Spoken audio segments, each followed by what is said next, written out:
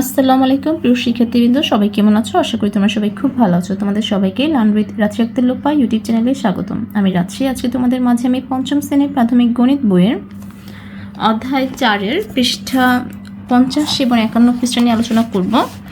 আমাদের 50 পৃষ্ঠার মধ্যে রয়েছে হচ্ছে কিভাবে অপ্রকৃত ভগ্নাংশে মিশ্র ভগ্নাংশে রূপান্তর করা হয়। এই নিয়মগুলো আমাদের জানবো আমরা আজকে। এখানে যে অঙ্কগুলো রয়েছে সেগুলো আমরা সমাধান করব এবং 51 পৃষ্ঠায় রয়েছে সমতুল ভগ্নাংশ প্রকাশ করা, সেটাও আমরা শিখব। আচ্ছা, প্রথমে রয়েছে আমরা কিভাবে অপ্রকৃত ভগ্নাংশকে মিশ্র ভগ্নাংশে রূপান্তর করতে পারি। আমরা কিন্তু এর আগে মিশ্র ভগ্নাংশকে অপ্রকৃত ভগ্নাংশ কিভাবে রূপান্তর করতে হয় তা শিখেছি। মিশ্র ভগ্নাংশকে যদি অপ্রকৃত ভগ্নাংশে রূপান্তর করতে যাই তাহলে আমাদের করতে হয়েছে পূর্ণ সংখ্যাকে হর দ্বারা গুণ এবং এর সাথে লব যোগ করতে হয়েছে। যেটা ফলাফল হবে সেটা হবে লব হিসেবে, আর হর যেটা আগে ছিল সেটাই হর হিসেবেই থাকবে। কিন্তু আমাদের এখন হচ্ছে ঠিক বিপরীতটা দেয়া থাকবে, হচ্ছে অপ্রকৃত ভগ্নাংশ, সেটাকে আমাদের মিশ্র ভগ্নাংশে রূপান্তর করতে হবে।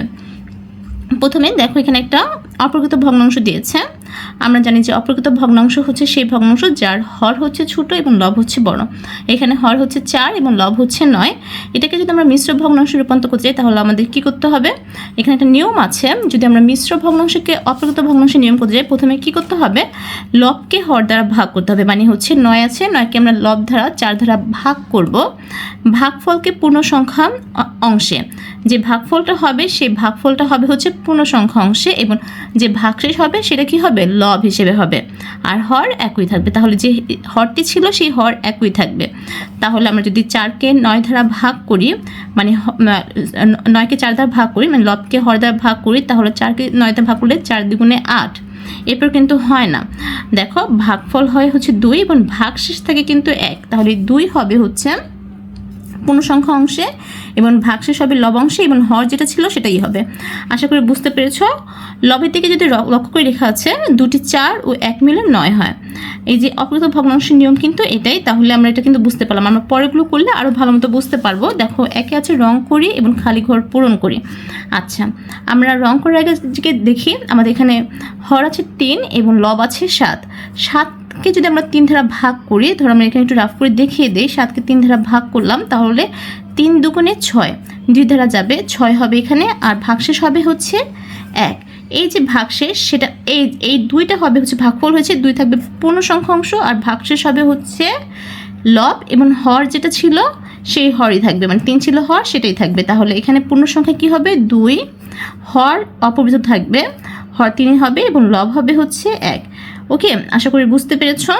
আমরা এখন যদি রং করি, তাহলে রং কীভাবে করবো? দেখো আমাদের ভাগফল হয়েছে 2, তাহলে এই পুরো 2টা অংশ আমরা নিব, এই পুরো অংশটা আমরা রং করব 2 পর্যন্ত। এরপর আমাদের দেখো লব কি আছে? আর লব আছে 1, এই আরেকটা এক ঘর নেব, ব্যাস হয়ে যাবে আমাদের রং করা। আশা করি বুঝতে পেরেছ। এই পরের অঙ্কটা যদি দেখি না, 16/5 মানে অপ্রকৃত ভগ্নাংশ। এখানে আমরা যদি করতে হয় তাহলে 5কে 16 আগে যদি ভাগ করি, 3 5 15, ঠিক আছে। এখানে হবে ভাগশেষ 1, তাহলে 3 উপরে 1 আর নিচে যেটা হর ছিল 5 সেই 5ই হবে। তাহলে এখানে কি হবে? এখানে হবে 3, হর সবসময় একই থাকবে, 5ই হবে, এবং লব হবে হচ্ছে যে ভাগশেষ ছিল 1 সেই 1। আমরা রং যদি করি তাহলে আমাদের ভাগফল ছিল 3, তাহলে 3 ঘর পর্যন্ত আমরা রং করব, মানে এইখান থেকে এই পর্যন্ত রং করব। রং করার পরে আমাদের যে লব বা ভাগশেষ যেটা ছিল সেটা হচ্ছে 1, এই আরেক ঘর রং করব, ব্যাস আমাদের হয়ে যাবে আমাদের অঙ্কটা। আশা করি বুঝতে পেরেছ। এখানে আমাদের কিছু অঙ্ক দেওয়া আছে, অপ্রকৃত ভগ্নাংশকে মিশ্র ভগ্নাংশে প্রকাশ করি। আমরা এই অঙ্কগুলো একটু করব, আশু খাতা থেকে আমরা করে রেখেছি, সেখান থেকে একটু একবার দেখব।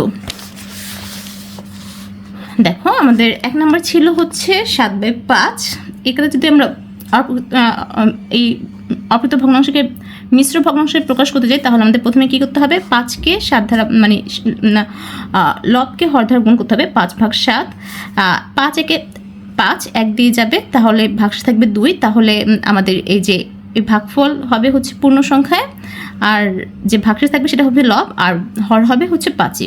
তাহলে আমরা লিখেছি এভাবে। আশা করি বুঝতে পেরেছ। এরপর 2 নাম্বারে ছিল হচ্ছে 4/8। দেখো 4কে 8 দ্বারা ভাগ করলে 4 দুগুণে 8, কোনো ভাগশেষ নেই। কোনো ভাগশেষ নাই মানে হচ্ছে যেটা ভাগফল হবে সেটাই হবে উত্তর, তাহলে শুধু 2 হবে উত্তর, এখানে কোনো হর লেখার প্রয়োজন নেই। যেহেতু কোনো ভাগশেষ নাই, ভাগশেষ না থাকলে আমাদের কোনো হর হবে না, শুধু একদম পূর্ণ সংখ্যায় 2 হবে উত্তর। এরপর আছে আমাদের 22 7, 7কে 5 দ্বারা যদি ভাগ করি 3 7 21, আর ভাগশেষ থাকে হচ্ছে 1, তাহলে 3 হবে হচ্ছে পূর্ণ সংখ্যা, 1 হবে হচ্ছে লব, এবং হর হবে যে 7 ছিল হর, সেই 7ই হবে হর। তারপরে আছে হচ্ছে 35/8, সেটা যদি আমরা করি তাহলে দেখো 8কে 35 দ্বারা যদি ভাগ করি 4 8 32, আর ভাগশেষ থাকবে হচ্ছে 35 থেকে 32 বিয়োগ দিলে হবে 3, তাহলে 3 ভাগশেষ মানে 3 হবে হচ্ছে হর, আর 4 যেহেতু ভাগফল হচ্ছে 4 হবে পূর্ণ সংখ্যা, আর হর 8ই হবে। হর 8 হয়েছে, এবং হর 8 হয়েছে, পূর্ণ সংখ্যা 4 এবং লব হচ্ছে 3, অপ্রকৃত ভগ্নাংশ কিন্তু হয়ে গেছে। এবার আছে 5 40/10, এটা আমরা একটু সহজ নিয়মে করি। দেখো এটা কিন্তু খুব সহজেই, যদি উপরে 0 নিচে 0 থাকে তাহলে কিন্তু আমরা 0 0 কেটে দিতে পারি। 0 0 কেটে দিলে উপরে থাকবে 4, নিচে থাকে 1, নিচের 1 থাকা মানে হচ্ছে কিছুই, এটা আমাদের একদম পূর্ণ সংখ্যা 4 লেখা যেতে পারে। নিচে শুধু যদি 1 থাকে তাহলে উপরে লব যেটা থাকবে সেটাই হবে ফলাফল। আশা করি বুঝতে পেরেছো তো কীভাবে আমাদের অপ্রকৃত ভগ্নাংশকে মিশ্র ভগ্নাংশে রূপান্তর করা যায়। এরপর আমরা যদি 51 পৃষ্ঠাতে যাই, দেখো 51 পৃষ্ঠাতে কী আছে। 51 পৃষ্ঠাতে রয়েছে হচ্ছে 3 1 এর সমতুল ভগ্নাংশ কীভাবে তৈরি করা যায়। আচ্ছা, 1/3 এর সমতুল ভগ্নাংশ কীভাবে তৈরি করা যায়। সমতুল ভগ্নাংশ তৈরির অনেক নিয়ম আছে, অনেক নিয়ম না, খুব গুরুত্বপূর্ণ দুটি নিয়ম হচ্ছে হর এবং লবকে একই সংখ্যা দ্বারা গুণ করতে হবে। ঠিক আছে, কোনো ভগ্নাংশের হর এবং লবকে একই সংখ্যা দ্বারা গুণ করলে ওই ভগ্নাংশের সমতুল ভগ্নাংশ পাওয়া যায়।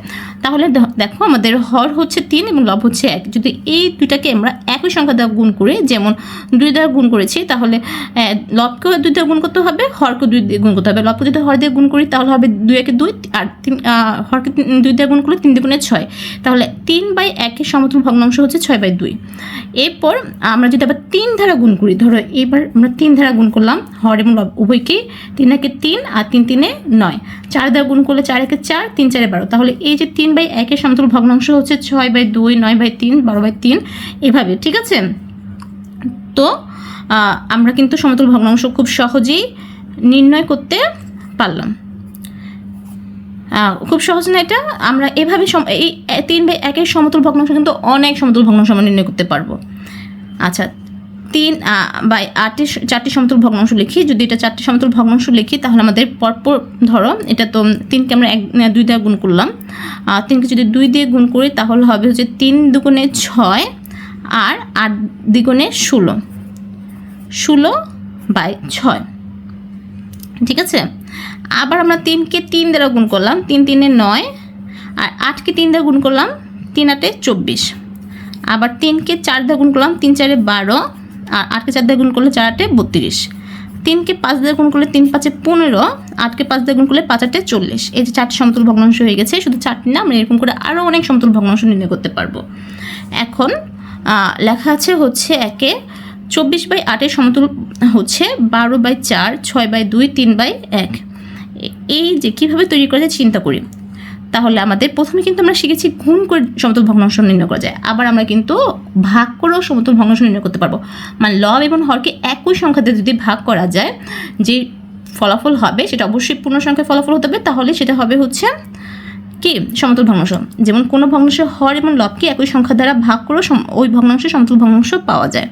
যেমন 24কে যদি আমরা 2 দিয়ে ভাগ করি, 24 2 দ্বিগুণে 12 দুগুণে 24, 12 হয়েছে। আবার 8কে 2 দিয়ে ভাগ করলে 4 2 8, এটা কিন্তু একটা সমতুল ভগ্নাংশ। আবার যদি 3 দ্বারা ভাগ করি, দেখো 3 দিয়ে ভাগ করলে কিন্তু 3 8 24 হবে, কিন্তু 3কে কিন্তু 8 দিয়ে ভাগ যাবে না, ভাগশেষ থেকে যাবে, তাহলে 3 দিয়ে ভাগ করা যাবে না। তাহলে আমাদের কী দিয়ে ভাগ করতে হবে, 4 দিয়ে কিন্তু 2টাই যায়। 4 দিয়ে যদি আমরা ভাগ করি তাহলে দেখো কি হবে, 4 2 8, এখানে 2 হবে। আর 24কে যদি 4 দিয়ে ভাগ করি, 4 6 24, তাহলে এখানে হবে হচ্ছে 6। ঠিক আছে, আবার না 4 দিয়ে ভাগ করেছি, এবার কত দিয়ে ভাগ করব, এবার আমি এখানে করে লিখে ফেলছিলাম। আবার ধরো 4কে যদি আমরা 8কে যদি আমরা 8 দ্বারা ভাগ করি, 8 একে এখানে 8 হবে, 8 একে 8, আর 3 8 কি 24। তাহলে লব এবং হরকে উভয়কে 8 দিয়ে ভাগ করেছি। কীভাবে বুঝতে পেরেছো? তাহলে মানে ভাগ করতে হবে লব এবং হরকে একই সংখ্যা দিয়ে, এবং ভাগশেষ যাতে না থাকে এরকম। এখন খালি করে যদি সংখ্যাগুলো লিখি, সমতুল ভগ্নাংশ নির্ণয় করতে হবে এটা। ঠিক আছে, 3 আর 7, এটা সমতুল ভগ্নাংশ কি হতে পারে? একটা দেওয়া আছে 9 হয়েছে, 3-এর সাথে কত গুণ করলে নাকি ভাগ করলে 9 হয় বলো? অবশ্যই ভাগ করলে, গুণ করলে, ভাগ করলে তো ছোটো হয়ে যাবে, তা গুণ করেছে দেখেই বড় হয়ে 9 হয়েছে, তাহলে 3 দিয়ে গুণ করলে হচ্ছে 9 হয়েছে, তাহলে 7কে আমাদের 3 দিয়ে গুণ করতে হবে, 3 সাথে 21 হবে। এবার দেখো পরের সংখ্যাটা কী দিয়েছে? 5/9। এটাও কিন্তু হরটা দেওয়া আছে 18, আর এখানে হর ছিল 9, 9 থেকে 18 হয়েছে মানে বেড়ে গেছে, অবশ্যই তাহলে গুণ করেছে। 9কে 18 বানাতে হলে 2 দিয়ে গুণ করতে হবে, 9 দুগুণে 18, তাহলে আমাদের যে 2 দিয়ে গুণ করে 18 হয়েছে, তাহলে লবকেও আমাদের 2 দিয়ে গুণ করতে হবে, 5 দুগুণে 10 হবে। এইবার দেখো 7 আর 21, এখন এখানে লব ছিল 7 আর আমাদের সমান দিয়েছে 1, এটা কিন্তু কমে গেছে মানে ভাগ করেছে, তো কত দিয়ে ভাগ করতে হবে? 7কে যদি 7 দিয়ে ভাগ করি তাহলে কিন্তু 1 হবে, তাহলে 21কে আমাদের 7 দিয়ে ভাগ করতে হবে, 3 সাথে 21 হবে। এরপর দেখো 9 আর 36 দেওয়া আছে, 36 ছিল হর, এখানে 12 হয়ে গেছে হর, তাহলে কমছে মানে ভাগ হয়েছে, তাহলে 36 কত দিয়ে ভাগ করে 12 করেছে? আমরা যদি 12-র নামটা পড়ি, 12-1 12, 12 দুগুণে 24, 3-12 36, 3 দিয়ে ভাগ করেছে, 3 দিয়ে ভাগ করাতে কিন্তু 12 হয়েছে, তাহলে 9কেও আমাদের 3 দিয়ে ভাগ করতে হবে, 3-1 3, 3 দুগুণে 6, 3-3 9, তাহলে উপরে হবে 3, 3-3 9, আমাদের ভাগ করতে হবে। আশা করি তোমরা সমতুল ভগ্নাংশ কীভাবে নির্ণয় করতে হবে তা বুঝে গিয়েছো। আমাদের লব এবং হরকে একই সংখ্যাতে গুণ অথবা একই সংখ্যাতে ভাগ করে সমতুল ভগ্নাংশ নির্ণয় করা যায়। গুণ করার ক্ষেত্রে তো খুবই সহজ, যে কোনো সংখ্যাতে গুণ করলে কিন্তু আমরা সমতুল ভগ্নাংশ পেয়ে যাবো, কিন্তু ভাগ করার ক্ষেত্রে অবশ্যই লব এবং হরের যাতে কোনো ভাগ শেষ না থাকে, একদম নিঃশেষে ভাগ করা যায়, এরকম সংখ্যা দিয়ে ভাগ করলেই সমতুল ভগ্নাংশটা নির্ণয় হবে। তো আজকের ক্লাসটা আমাদের কেমন লেগেছে অবশ্যই আমাকে কমেন্টস করে জানাবে, ভালো লাগলে বন্ধুদের শেয়ার করবে, আমার চ্যানেল নতুন হয়ে থাকলে সাবস্ক্রাইব করতে ভুলবে না। সবাই ভালো থাকো, সুস্থ থাকো, আল্লাহ হাফেজ।